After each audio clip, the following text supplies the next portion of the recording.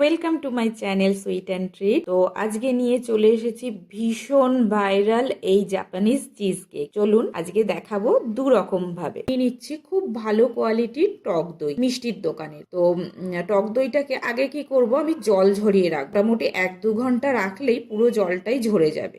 জল ঝরিয়ে রাখা টক দই ওইটা নিয়ে নিয়েছি আমি। এরপরে একটা হ্যান্ড ব্লেন্ডার দিয়ে বেশ কিছুক্ষণ ধরে, যতক্ষণ না স্মুথ হয়, আমি দইটাকে ফেটিয়ে নেবো। তো এটা আপনারা স্পুন দিয়েও করতে পারেন, সেটা কোনো ব্যাপার নেই। যেটা দিয়ে ভালো হবে, সুবিধা হবে, সেটাই নেবেন।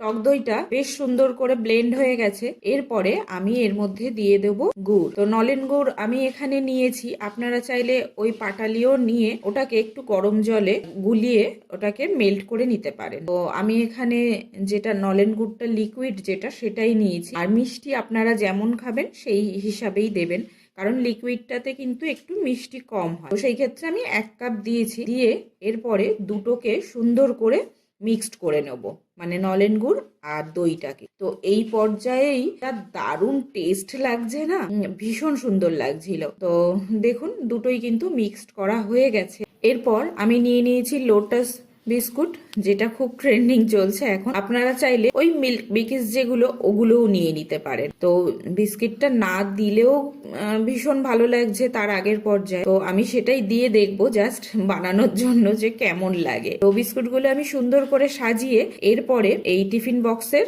ঢাকনাটাকে আটকে দিয়ে রেখে দেবো রাত পর্যন্ত। মানে কালকে সকালে খাবো, যেহেতু এখন রাত হয়ে গেছে ঠান্ডাটা খাবো না। কিন্তু আপনারা চাইলে ওই 2-3 ঘন্টা পরে খেতেই পারে। বিস্কুটটা মেল্ট হয়ে যাবে, তারপরেই আপনারা কিন্তু খেয়ে নিতে পারেন। চলুন এটা আমি ফ্রিজে দিয়ে দিই, ততক্ষণ নেক্সটটা শুরু করি। নেক্সট করব টিরামিসু ফ্লেভার।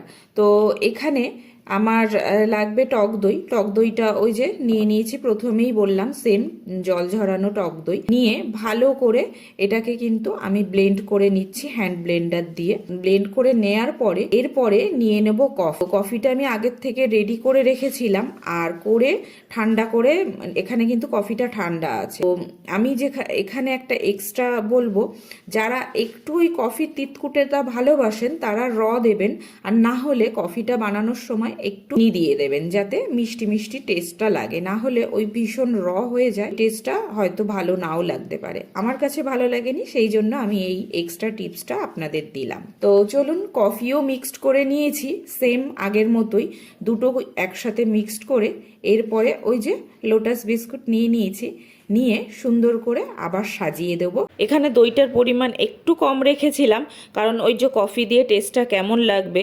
আর ওই কফি বা চকলেট ফ্লেভার এগুলো রুহিই ভালোবাসে, আমরা খুব একটা ভালোবাসি না, সেই জন্য এখানে কিন্তু অল্প করেই নেওয়া ছিল। আর এই যে সেম একদম ওই বিস্কুটগুলো সাজিয়ে দিয়ে এরপরে ওপর থেকে আমি একটু স্প্রিঙ্কেল করে দেবো কোকো পাউডার। আজকে আমাদের টিরামিসু রেডি। এখন তো খেতে পারবো না, এখন এটাকে ফ্রিজে রেখে পরের দিন খাবো। কিন্তু আমি ভাবছিলাম কখন খাবো, খুব টেস্টি লাগছিল দেখতে। কিন্তু এটা ফ্রিজে রেখে তারপর কালকে খেতে হবে। এটা পরের দিন। চলুন এটাকে আনবক্সিং করে আর টেস্ট করে দেখা যাক কেমন লাগলো। আর এই দেখুন জাপানিজ চিজ কেক আজকে রেডি হয়ে গেছে দুটো ভার্সনে, একটা নোলেন গুড় আর একটা টিরামিসু। তো এইবারে আমি এখানে টেস্ট করব। আপনারা তো টেস্ট করতে পারবেন না, তার জন্য আপনারা কি করবেন, এই রেসিপিটা দেখে দেখে আপনারা বাড়িতে বানিয়ে নেবেন আর আমাকে কমেন্টে জানাবেন আপনাদের কোনটা ভালো লাগলো। আর এর কোনো আলাদা ফ্লেভারে আমি যদি আপনাদের যে দেখতে চান, তো আমি আলাদা অন্য ফ্লেভারও বানাবো। তো সেই জন্য আমার চ্যানেলটাকে অবশ্যই সাবস্ক্রাইব করে রাখবেন, আর ওই যে বেল বাটনটা ওটাকে অল করে রাখবেন। তো ভিডিওটা ভালো লাগলে একটা করে লাইক করে দিয়ে যাবেন, আর কমেন্টে জানাবেন কেমন লাগছে আমার ভিডিওগুলো। আজকের জন্য এইটুকু, দেখা হচ্ছে নেক্সট ভিডিওতে। Thank you, till then, tata.